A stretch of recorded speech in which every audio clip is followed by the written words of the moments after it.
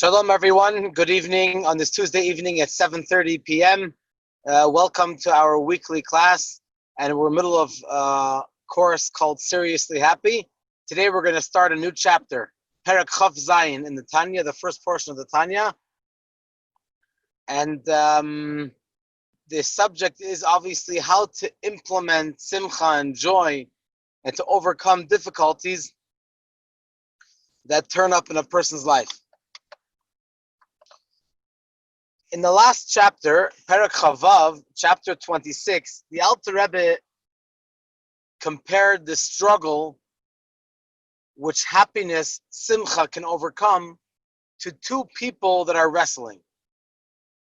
And one scenario can be that you have one person who is stronger or physically bigger than the other one. So most people would say, who's going to win? Obviously, the stronger person. Well, the Alter Rebbe gives us some news which some of you might already know or remember. And that is that even the weaker person or the smaller person can win.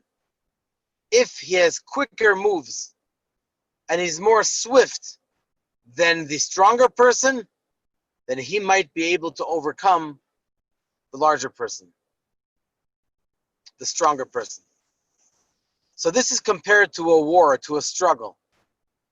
And today, and in the coming classes, we're going to deal with the concept, if we view this struggle as being almost like a war, a really internal challenge, it can get frustrating because it's a constant struggle. We call it a struggle. Now, there's a joke about a guy that came to the rabbi and said, Kvod Harav, honorable rabbi, I have a problem. At that point, the rabbi stopped him and said, well, there are some people that call it a problem. Some people that call it a challenge. And some people that call it an opportunity. So what really is the difference between a problem, a challenge, and an opportunity? There's a very fundamental difference. A problem is something that can make a person weak. It can bring a person to depression, God forbid. A challenge is all of a sudden a good thing for the person. And it can, if it's an opportunity and a challenge, then it can strengthen a person and bring a person to simcha. If we can bring ourselves to a state of simcha, then we've accomplished a lot. Now don't forget, when it comes to this is part of the title of the Tanya, is called a Sefer Shel Beinonim, a book of Beinonim. And the beginning of chapter 12, Yud Bet, the Alter Rebbe says, Midat ha-Beinoni hi midat kol adam, v'achareha kol adam yimshoch bo.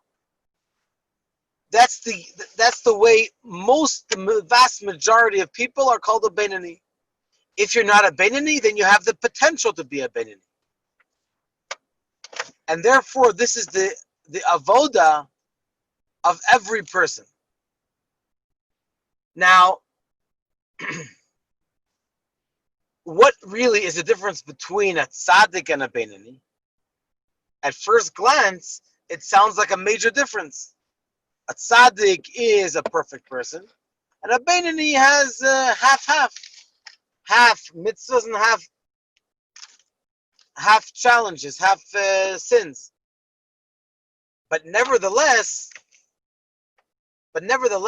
according to the Tanya, which that's for a whole other discussion, but I'm just trying to give you the nutshell of it. According to the Tanya, a Beinoni is a very, very high level. It's not half and half, like that's the interpretation of the halachic interpretation of Beinoni. Beinoni means smack in the middle, half and half mitzvahs and half sins. According to the Tanya, a Beinoni is much greater than that. A Beinoni is perfect in their deeds, doesn't have any sins. A Beinoni is perfect in their speech, and a Beinoni is perfect in their thought. Perfect, no ulterior motives. Actually, I should take that back. He might have ulterior motives, as we're going to see in a second. But a Beinoni, practically speaking, doesn't have any sins, doesn't do anything bad, doesn't say anything bad, and doesn't even think anything bad. So why is he different than a tzaddik? Because a Beinoni still has, he has a lot of challenges. He has a lot of desires.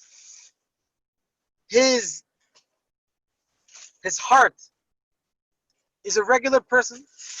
A tzaddik is a perfect person. A tzaddik doesn't have any ulterior motives. His exclusive motive is only to serve Hashem. A Beinoni has his own ulterior motives, and he controls himself. In other words, here's the point that I'm trying to bring out. He has a constant struggle, never ending.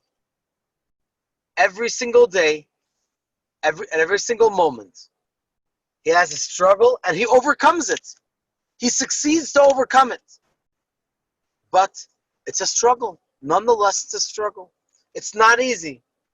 He has, as we'll see soon, an example for this. He has desires of all kinds to do the wrong thing. But practically, he does the right thing. Bottom line, he does only mitzvahs, doesn't get caught up in any sins, not in action, not in speech, and not even in machshava, not even in thought. So the point that I'm trying to bring out is that since the Beinoni is the midat kol adam, every person can be a Beinoni on some level. Therefore, we have to realize that this can be a never-ending struggle. At some stage of the game, a person can say, come on, this is too much for me. How do you expect me every day, every week, at every moment to stand up to the challenge? The answer is, as we'll see soon, that if Hashem gives us a challenge, that means that He gives us the ability to overcome it. And so, when we talk about milchama, a war between the Yetzer Hara and the person, and the Yetzer Tov, the good inclination and the evil inclination, the challenges that a person can encounter at every step of the day, we need to remember that Hashem gives us the ability to overcome it. And that's why Hashem makes most people on the level of a Beinoni. Because a Beinoni, which is quote-unquote in the middle path, smack down the middle, he does everything good, but he still has a desire. Just like every regular person, and even an animal has desires here and there. The difference is that an animal gives in to his desires. And a person is expected to overcome their challenges, to overcome their desires. So, what we're going to learn now in the Tanya is how do we deal with neutralizing different natural things that come up in life, both in the spiritual realm and in the physical realm. So in this chapter, we're going to deal with challenges that come up in the present. Each and every one of us has a daily struggle with the Yetzer Hara, the evil inclination, and at certain moments we stand before difficult tests. And so that can put a person into depression, God forbid, or to give up. And that's not allowed.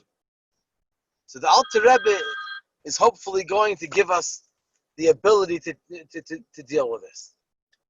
Now here's a typical example of one of our role models who dealt with constant challenges. Yaakov Avinu. Yes, the third of our forefathers. I never understood why they were called forefathers. Just kidding around.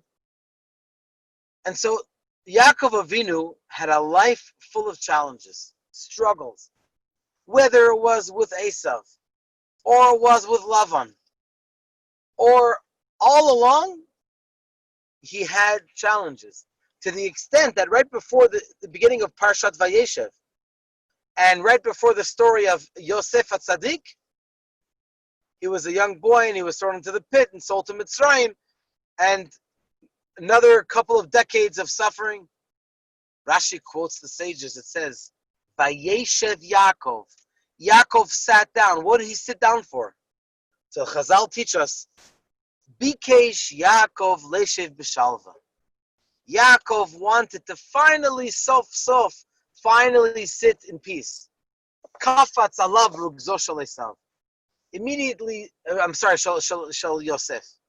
Immediately, unfortunately, the whole trouble with Yosef fell upon him, to the extent that it was unlike any normal scenario of death.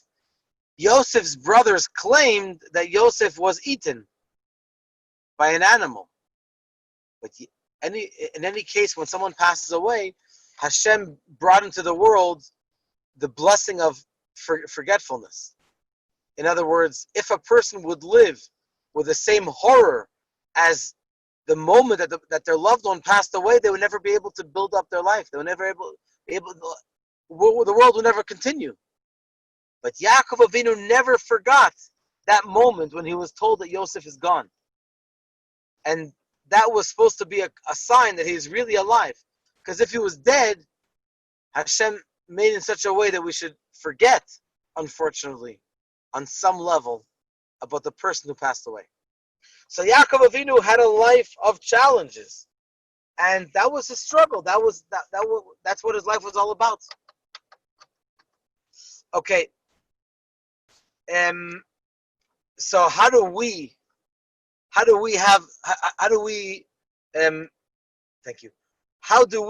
help ourselves? What tools can we have to uplift ourselves from the challenges, both spiritual and material? So the Alter Rebbe turns it upside down. The Alter Rebbe says, you think it's a problem? It's really a challenge and opportunity. How? The challenge can bring a person to tremendous heights that he would not be able to reach those heights had there not been these challenges. So let's start with the spiritual realm.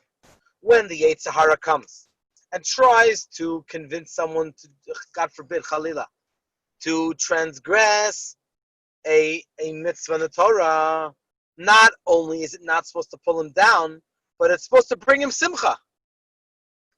What? How is it supposed to bring him simcha exactly? So let's think for a second.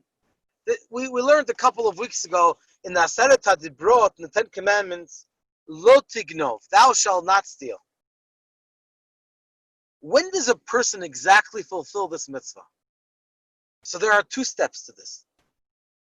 One is the neutral level, the basic level, and then we have the high level. In a sense, it's the real level. The neutral level is every moment that we don't commit a prohibitive mitzvah, we don't violate a prohibitive sin, a mitzvah lo taseh, we're fulfilling a mitzvah. So when every moment we don't kill, we don't kill, we don't kill, we don't kill, we don't steal, we don't steal, we don't steal, we don't lie, we don't lie, we don't lie, and etc., 365 prohibitive mitzvot. Every moment that we don't do an avera, we're doing a mitzvah. That's on a very basic low level, amateur and low level. That's fine. Granted. But here is the point that we're trying to bring across. the real, I don't want to say the real, because it's also true in the case that I just brought, but a much greater level.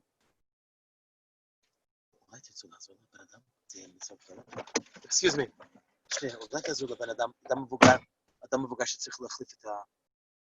Thank you. Sorry about that. On a much greater level, how can we accomplish the mitzvah of lo tignov when a person has a motive inside of him that says he's walking into a store and he has some kind of desire to steal and he controls himself? Then he fulfills the mitzvah of lo tignov, do not steal, on a much greater level. Lo tignov, because he had the opportunity. He had the urge. He had the urge to steal. And nevertheless, he didn't steal. He fulfilled the mitzvah. Lo tignov, kol hakavod, you did not steal. The same thing applies to thinking about an avera, thinking about a sin. At the end of the third paragraph of the Shema, it starts with Vayomer. We say, "V'lo taturu acharei levavchem v'acharei einechem." You should not turn after your hearts and after your eyes. That means we should not think of doing an avera, of doing any sin. Now, the fact itself that we do not think of doing a sin is a nice thing on a very basic level. But when a person is in the street and, God forbid, sees something that they should not be looking at, and they immediately turn their eyes, they literally push their head away, either with their hand or with their mind. They just turn the head to the side, fulfilling a mitzvah of v'lo taturu. Now don't forget, it comes from the fact that Hashem, the Almighty Hashem, why would a person even look? Because that's how Hashem made us. Hashem made us that, unfortunately, when there is something that causes a person to ignite their Yetzer Hara, naturally a person looks there. The question is, do we right away turn our minds, turn our faces from it, turn our eyes, look the other way? Then we are really fulfilling the mitzvah of v'lo taturu acharei levavchem v'acharei einechem. And this should bring a person to simcha. When a person succeeds to bring themselves to the state that they will not even, they will not do the avera. They might have the desire, but they won't actually do the sin. They won't commit the sin, God forbid. They are already, just by that itself, that should bring a person to simcha. That's almost like the story of Rabbi Akiva. Rabbi Akiva, unfortunately, at the end of his life, the Romans combed his flesh with combs of heat. And he screamed out as his neshama was leaving, Shema Yisrael, Hashem Elokeinu, Hashem Echad. And his students said to him, Rebbe, Ad Kan, we can't take it anymore. We can't stand seeing you, Rabbi Akiva. You, of all people, great tzaddik Rabbi Akiva, is passing away in such a horrific way. And Rabbi Akiva said, all my life, I asked myself, Matai yavo li'adi v'akaimenu? When will I have the opportunity to fulfill the mitzvah of Kiddush Hashem? And that's why now I'm saying, he said to them, Shema Yisrael. So Chassidus explains that what his students are really asking him is, how could we find ourselves, how can we find any positive thing in such a horrific scenario? And Rabbi Akiva answers that in his eyes, he did not see the Romans as coming to hurt him. He saw that they were coming to give him an opportunity to do the mitzvah of Mesirat Nefesh. That was his perspective. That's how he viewed this. almost as if someone is coming to you to sell you an etrog. He's giving you an opportunity to do a mitzvah. This is Rabbi Akiva's perspective. Unbelievable. And with this, the Alter Rebbe is explaining to us that the word nisayon, which means a test, really comes from another word. It's the same root word, nes. Nes means a miracle, and also comes from the word a flag which flies up high. That's really a miracle. A miracle means something, a message from Hashem, which is way up high and really shines onto the world, brings us a miracle, brings us great opportunity. So what are we doing? We're taking a nisayon, a test that Hashem is giving, and we're turning it upside down. We're making it into a nes. We're uplifting ourselves. We're using this challenge to lift us up and to make it into something positive in some way, shape, or form.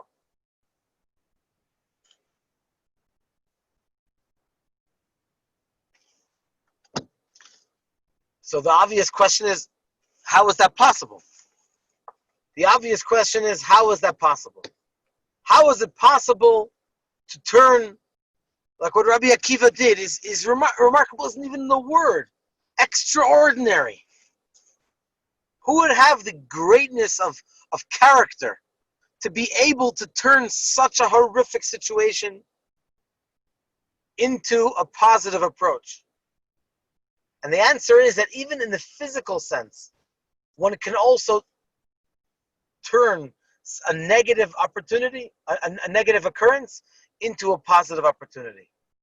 Instead of the fact that dealing with a challenge should weaken someone, God forbid, it should call out its strength.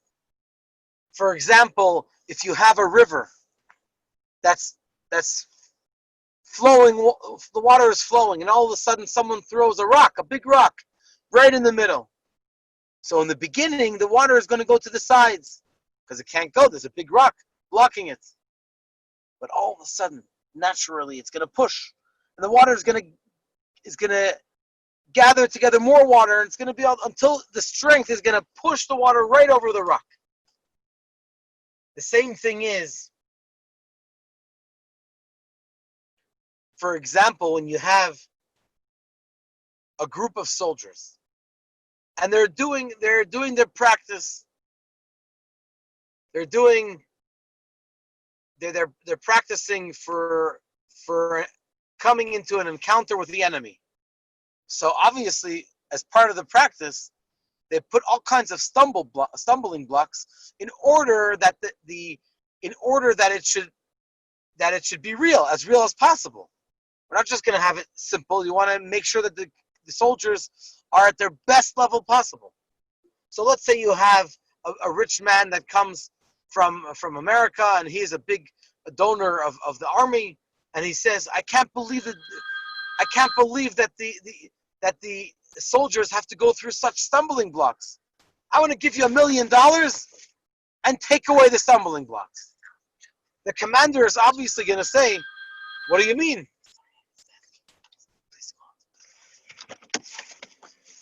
So the commander is going to say, I'm sorry, thank you for your $1 million. We'll use it for something else, but we need these stumbling blocks. We're not going to have the soldiers are not going to have proper practice if we're unable to practice in this way.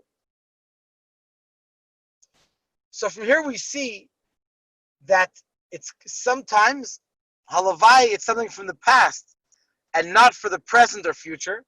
But sometimes this concept of stumbling blocks or challenges can be there with one single purpose. During the challenge, it might be very, very hard to overcome the challenge. But hopefully, through the insight of the Tanya and the Alter Rebbe, that can bring a positive approach to the individual and hopefully bring even to simcha. And that's exactly what we're going to learn now in the Tanya, at least a few lines in the beginning of Perek Chav Zayin, chapter 27. Adarab, on the contrary, a person should be happy with their lot. What happens if a person has challenges? What happens if a person has spiritual challenges in the service of Hashem? He tries to daven, but his mind goes all over the place. He walks in the street and it's so hard for him to control himself. Learning Torah, it's hard for him to tie himself down and to come to a Torah class. It's hard for him.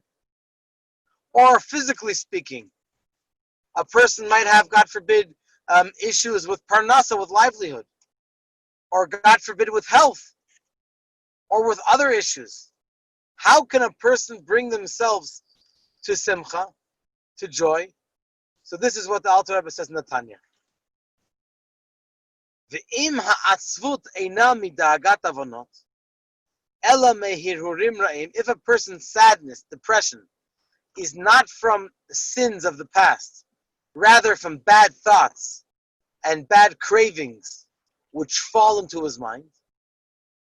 So im noflot lo shelo b'shat avodah, if they fall into him not while he's serving Hashem, but only when he's doing his regular stuff, business, eating, sleeping, whatever he's doing.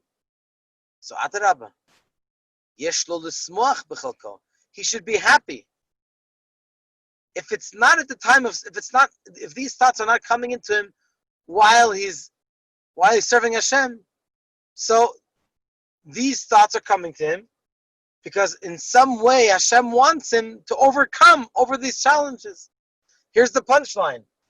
Adarabba yesh lo lismoach b'chalko. On the contrary, he needs to be happy with his lot. She'af shenofloto b'machshavto u'mesiach dato me'en.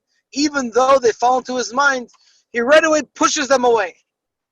This is like he's going to explain later. The Alter Rebbe is going to explain that thought is different than speech and action. Speech and action, if someone is doing something wrong, you just stop doing what you're doing.